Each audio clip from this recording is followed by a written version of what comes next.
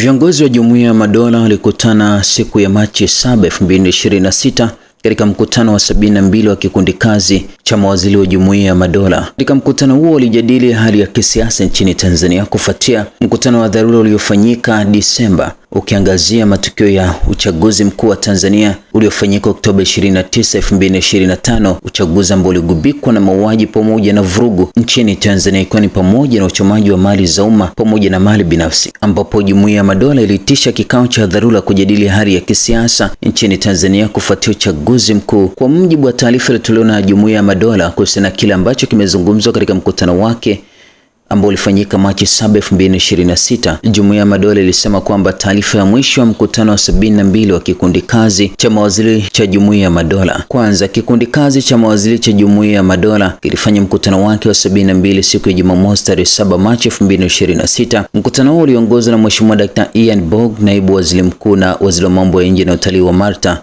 mawaziri wakuu, waheshimiwa na wawakilishi mashuhuri kutoka Antigua, Bermuda, Botswana, Canada, Malaysia, Mauritius, Samoa.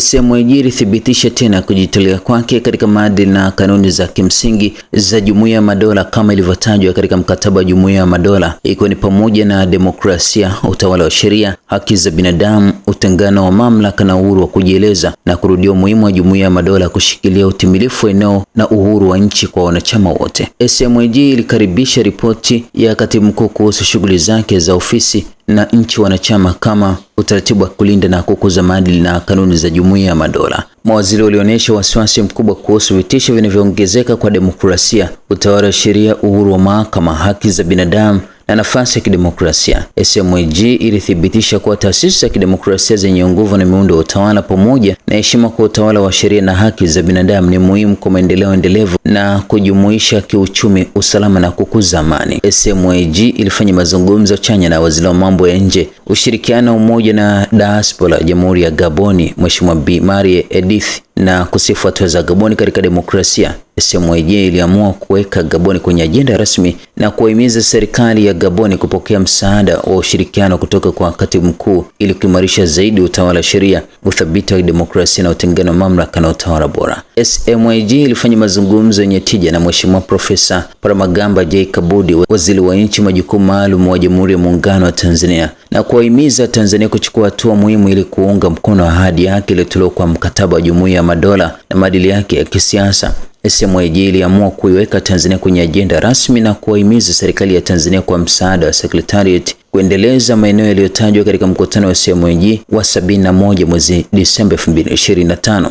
SMAG ilikaribisha kujitolea kwa Secretariat kupokea na kuwezesha ziara na kazi ya mjumbe maalum wa katibu mkuu mwezi Machi 2026. SMAG inatarajia tathmini thabiti kutoka kwa mjumbe maalum huyo, hasa kuhusu masuala yaliyotolewa na SMAG. Pia SMAG ilipongeza kazi ya katibu mkuu katika kukuza maendeleo endelevu, demokrasia na utawala bora, uthabiti na amani katika familia ya Jamhuri ya Madola.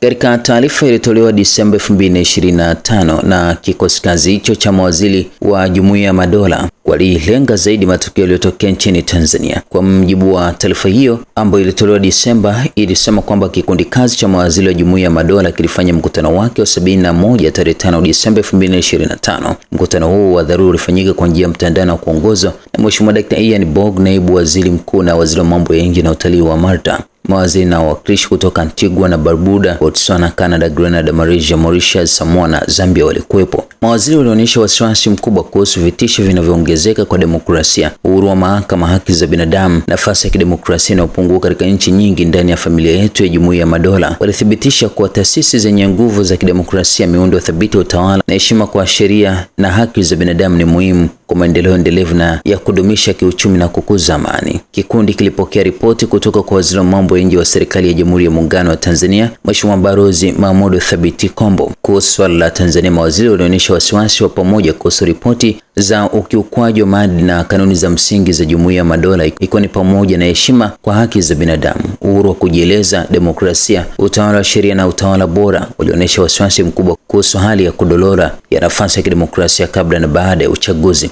Mawaziri walimpongeza katibu mkuu kwa tathmini yake haraka hali hiyo na uamuzi wake wa kutoa msaada kupitia ofisi yake kwa kumteua mjumbe maalum wa Tanzania, Mheshimiwa Dkt. Lazaro Chakwera, rais wa zamani wa Jamhuri ya Malawi. Kikundi kiliamua kwa Tanzania iwekwe kwenye ajenda rasmi ya CMG kwa mkutano ujao wa Machi 2026. Kwa uamuzi wa CMG kuhusu Tanzania utategemea kutimizwa kwa masharti yafuatayo. Kwanza, mjumbe maalum wa katibu mkuu apewe nafasi kamili na uhuru kwa wadau wote husika, kuondolewa kwa vizuizi juu ya uhuru wa kukusanyika na kujieleza jamii ya kiraia na vyombo vya habari, kufanyika kwa mkutano mashuhuri baina ya vyama vya siasa ili kukabiliana juu ya mfumo wa pamoja kuhusu njia ya kusonga mbele kwa uchaguzi ujao, na watekelezaji wa vurugu wachukuliwa hatua kwa wazi kupitia mchakato wa kisheria na utawala, na waathiriwa walipwe fidia ipasavyo. Kikundi kiliomba serikali ya Tanzania impe ushirikiano katibu mkuu kwa ajili ya uchunguzi ulioanzishwa na serikali, masharti ya rejea ya tume hiyo. Kikundi kiliomba katibu mkuu atoe ripoti kamili kuhusu maendeleo yaliyofanywa kuhusu masharti yaliyotajwa hapo juu kwa mkutano ujao.